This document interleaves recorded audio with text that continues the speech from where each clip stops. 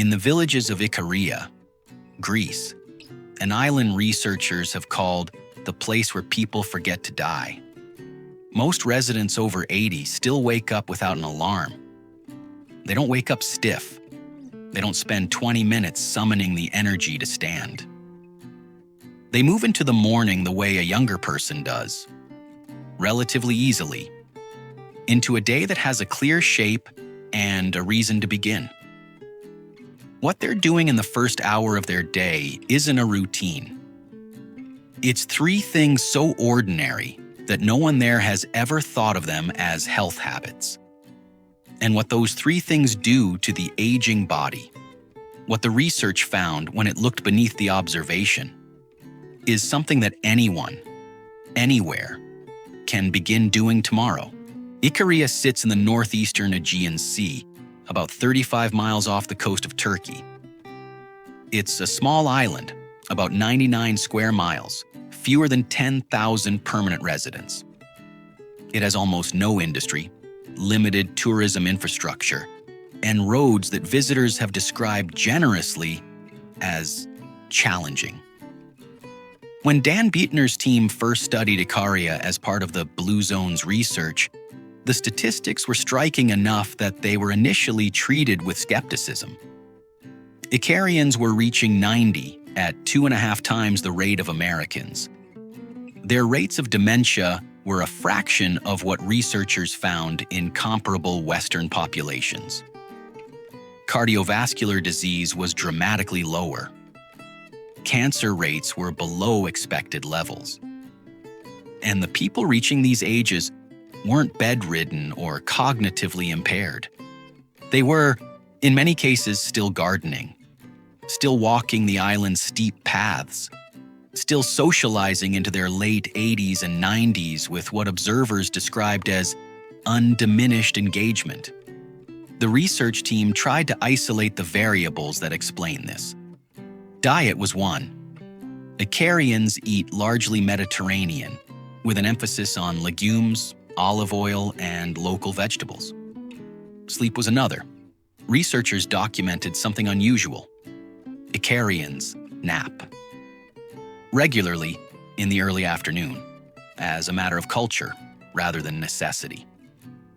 Studies have since found that regular short naps, particularly in people over 60, are associated with meaningfully lower cardiovascular risk than non-napping peers. But one finding kept surfacing across the fieldwork that didn't fit the usual longevity frameworks: the structure of the Icarian morning.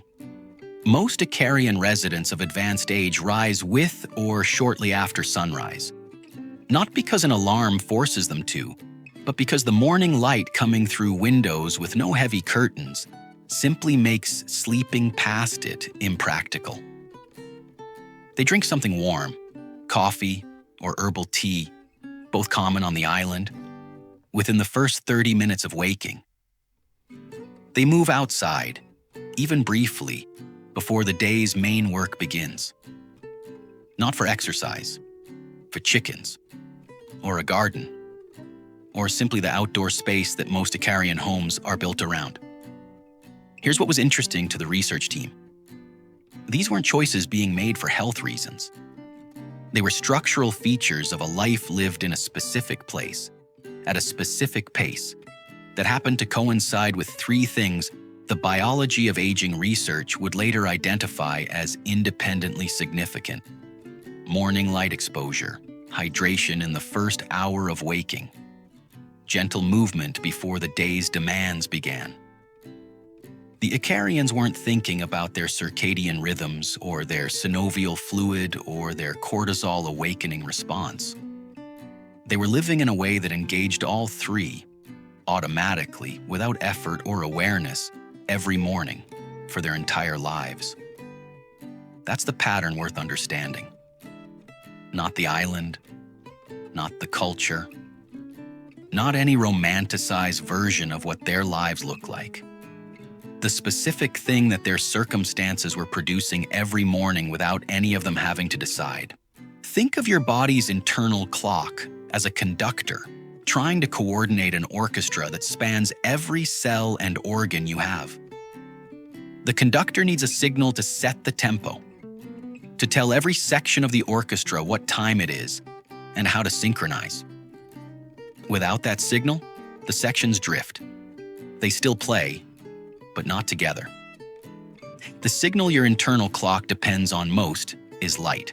Specifically, light entering your eyes within the first hour or two of waking. Here's the biology. Your retinas contain specialized photoreceptors called intrinsically photosensitive retinal ganglion cells, IPRGCs, that are distinct from the rods and cones you use to see. These cells don't form images. They detect ambient light levels and relay that information directly to the suprachiasmatic nucleus in the hypothalamus, which is the master clock of your circadian system. When morning light hits these receptors, it triggers two simultaneous effects.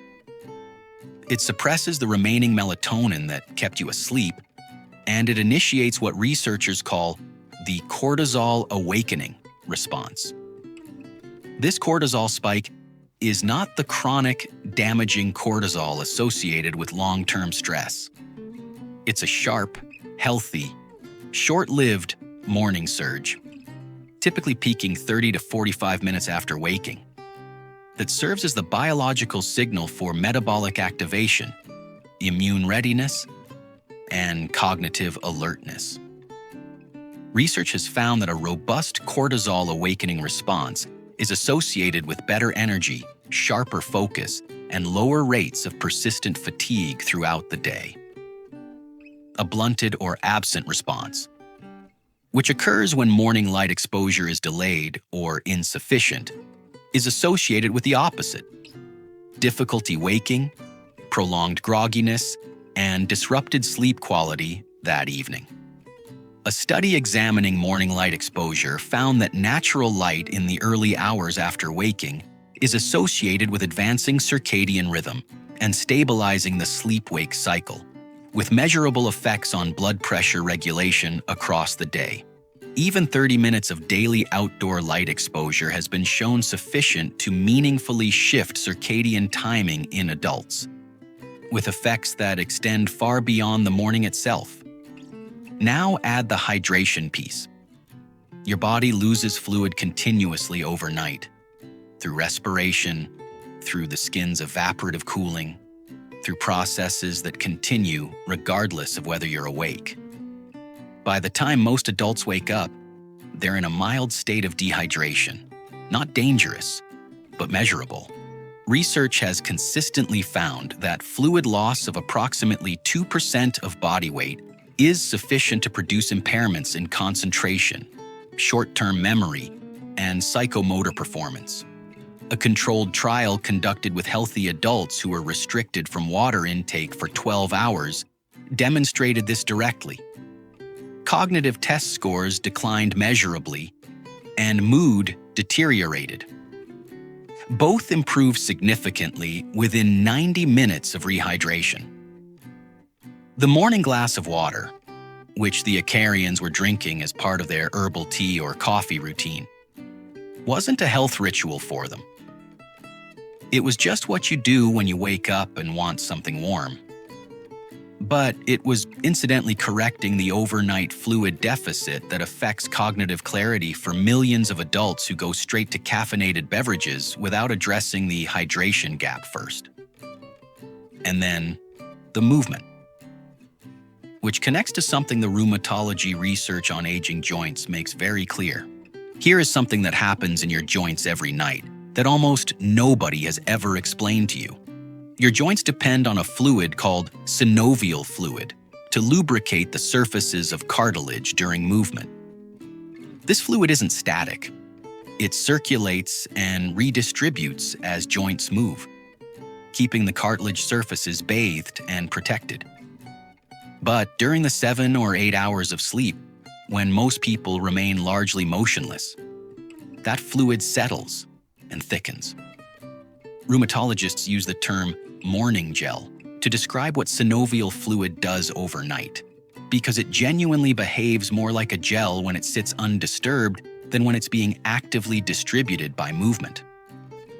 This is the direct biological explanation for why the first steps of the morning feel stiffer than anything else you do all day. It's not the cartilage wearing down. It's not an injury accumulating.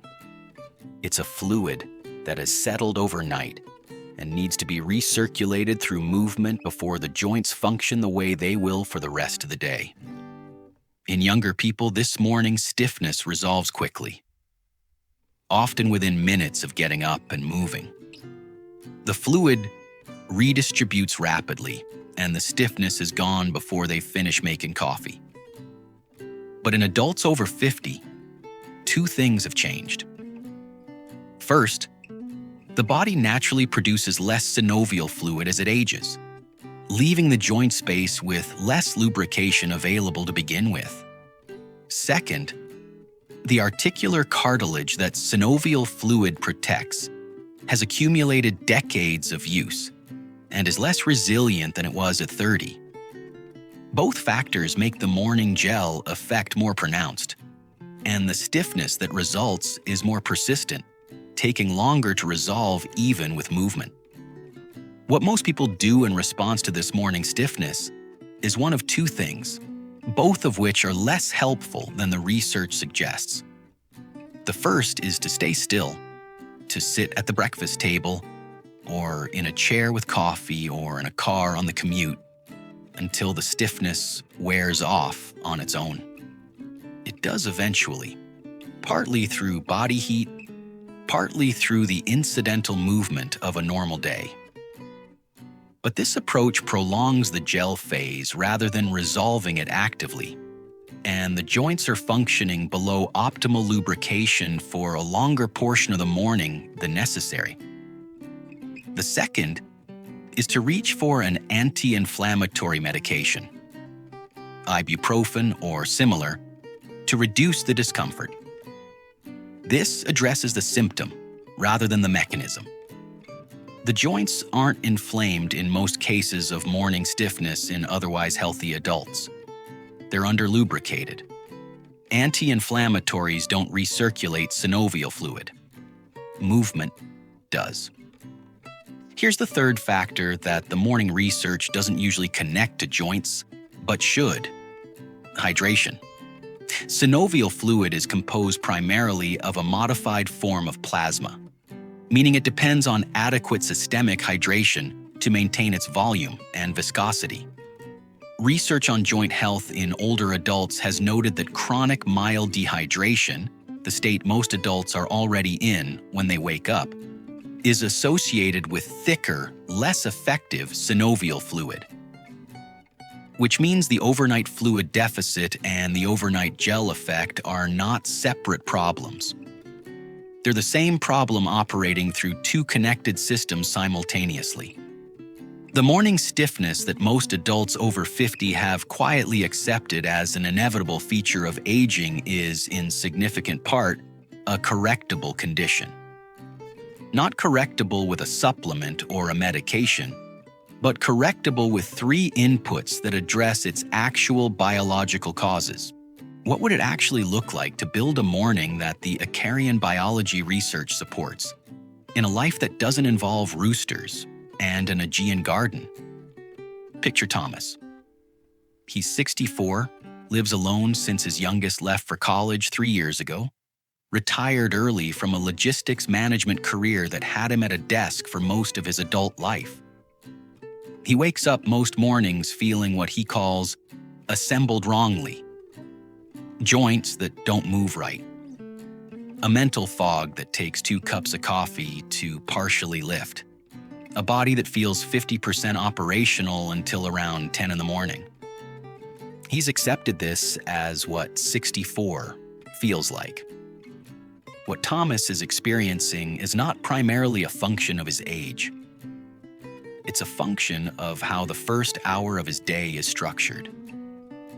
He wakes up, pulls out his phone immediately, lies in bed scrolling for 20 minutes in low light before getting up. He goes directly to the coffee maker without drinking water first. He sits at his kitchen table with coffee and his phone for another 45 minutes before leaving the house.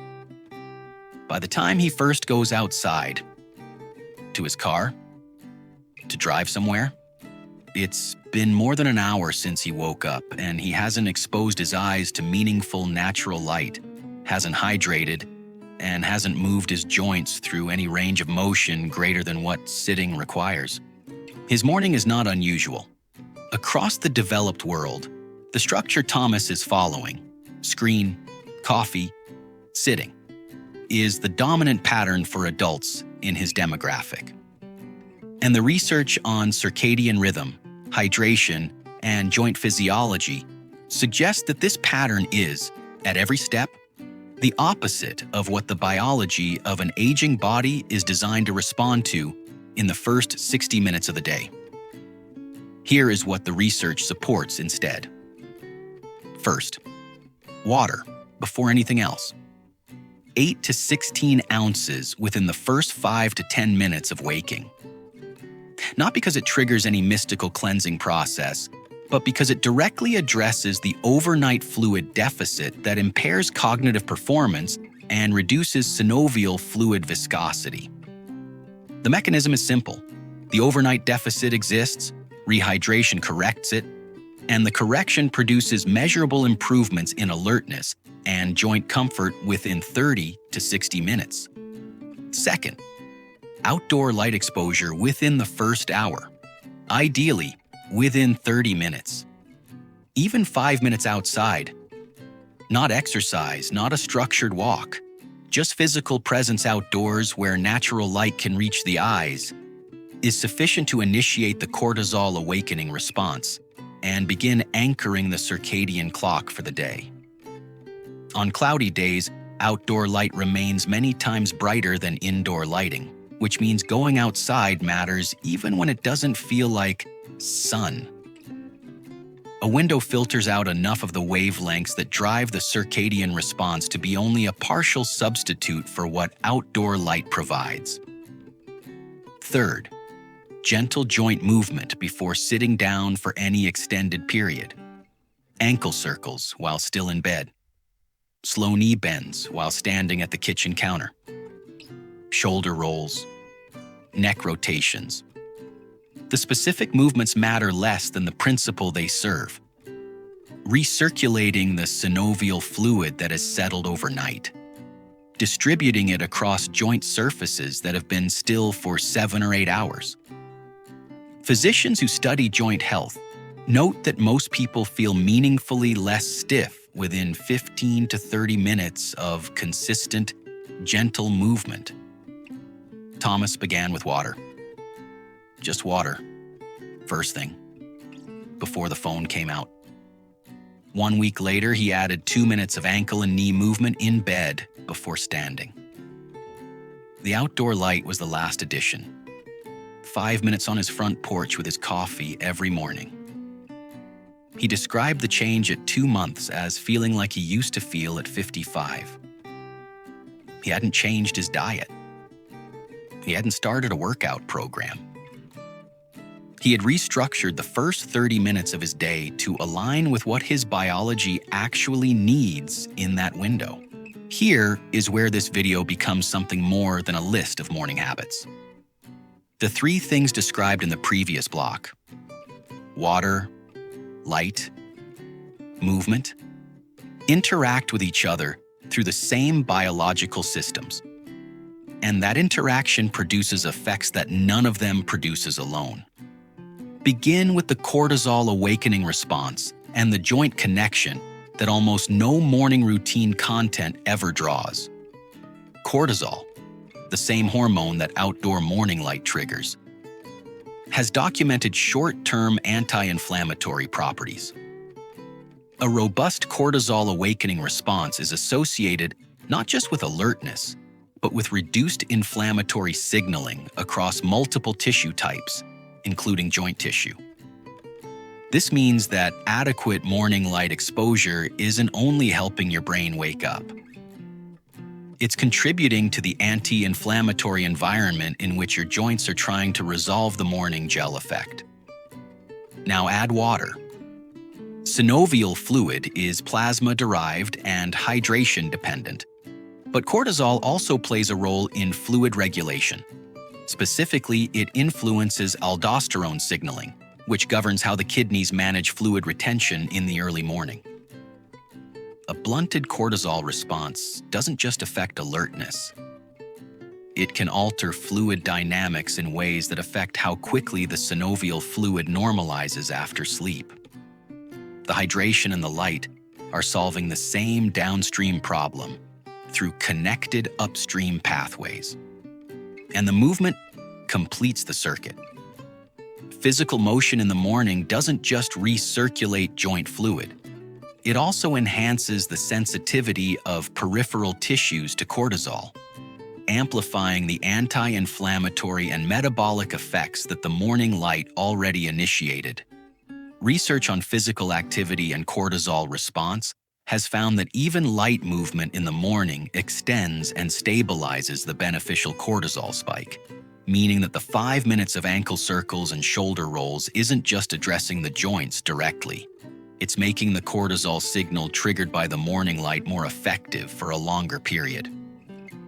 3 inputs, 3 different mechanisms, but the same 3 biological systems: circadian regulation, fluid balance, and joint physiology, being addressed simultaneously in the same 30-minute window, in a way that makes each one more effective because the others are present.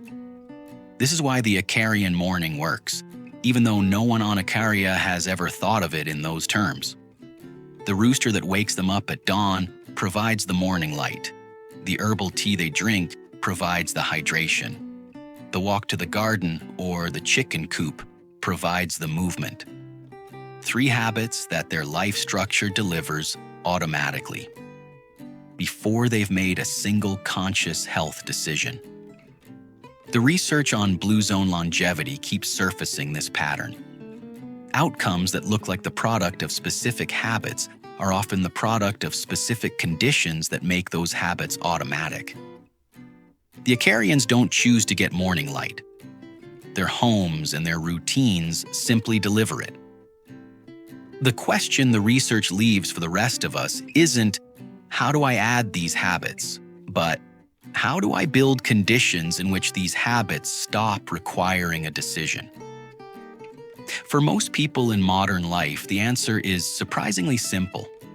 It's not a supplement, not a program, not a device. It's water on the nightstand.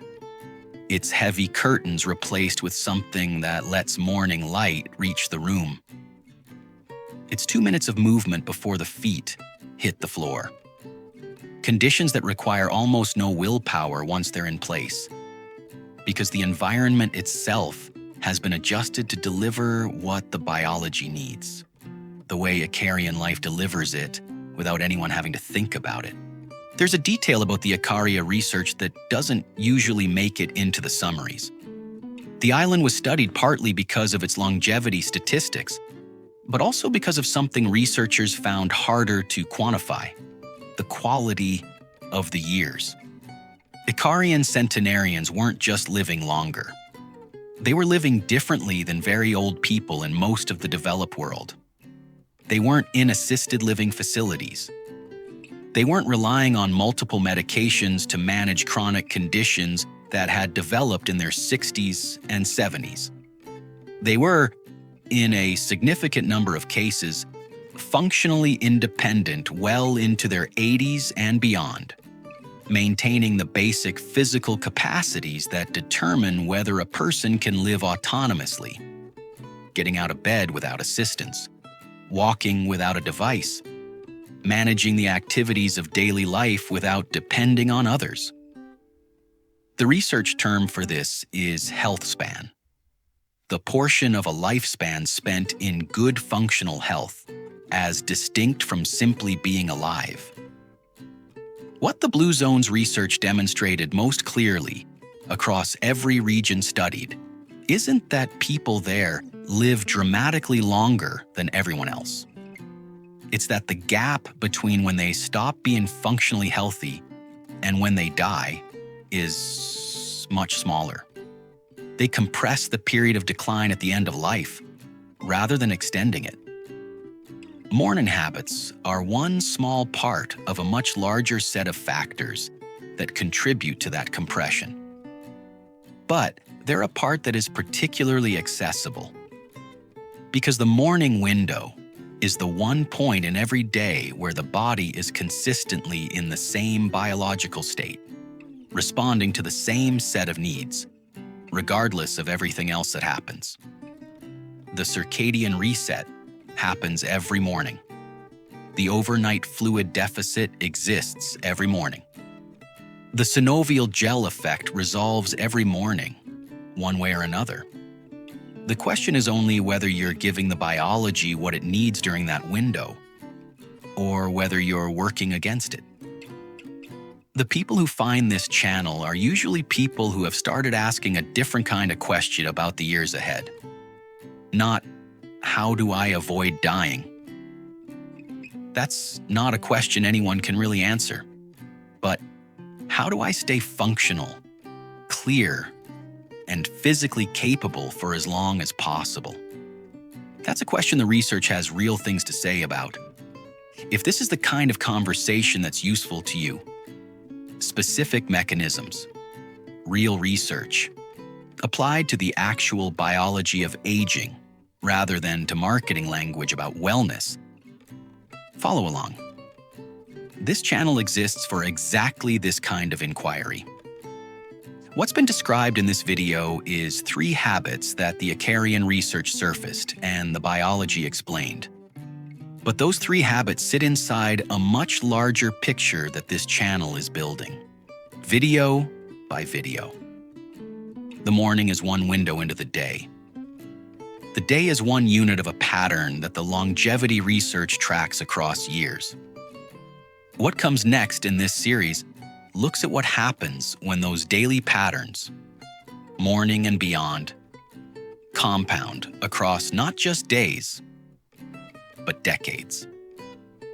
That's where the most important findings are. Go back to Icaria for a moment. An 87-year-old woman, rising with the light because the light is simply there. Through windows she never thought to darken. Drinking something warm because that's what you do in the morning. Because the body wants something warm. Because the ritual of it is part of how the day begins.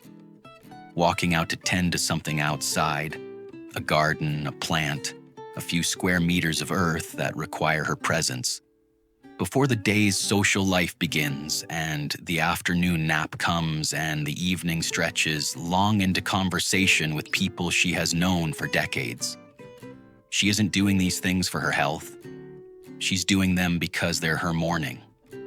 Because this is what mornings look like where she lives.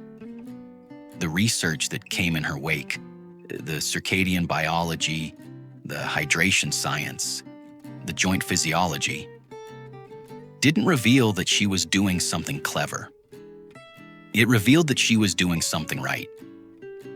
Something that the biological systems of an aging human body respond to with measurable gratitude. A morning that begins with light, restores fluid, and asks the joints to move before asking them to hold still again. The tragedy isn't that this knowledge is hard to access. It's that the default structure of modern morning life does the opposite of all 3. Artificial light replacing natural light. Coffee before water. Sitting before moving. A phone screen before any of the above, filling the early minutes with stimulation that isn't the kind the circadian system is designed to respond to in that window. None of this is irreversible. Nothing described in this video requires significant time, money, or willpower once the structure is in place. A glass of water on the nightstand removes the decision from the equation. It's simply there, and you drink it because it's there. Curtains that let morning light in remove the choice to seek it. It arrives because nothing is blocking it. 2 minutes of movement in bed before standing requires no equipment and no space, and costs nothing but the decision to do it once. until it becomes the thing that morning simply includes. The 87-year-old in Icaria doesn't experience any of this as discipline. For her, these things are just the morning. They've always been the morning. And what the research suggests, quietly without making grand claims, is that for people who build those same conditions into their own mornings, deliberately, something similar begins to happen. Not immediately, not dramatically, but over time, in the way that all biological processes that compound gradually produce outcomes that feel, eventually, like the person you used to be. If this video changed how you'll think about tomorrow morning, even one thing, even just the water, follow along. There's a great deal more in this direction ahead. Share this with someone who describes their mornings as a struggle. The research suggests the struggle isn't as inevitable as it feels. And leave a comment with which of the 3 habits you're already doing and which one you're starting tomorrow. That tells this channel more about what to build next than anything else. The morning you wake up into tomorrow is still undecided. It can look like Icaria,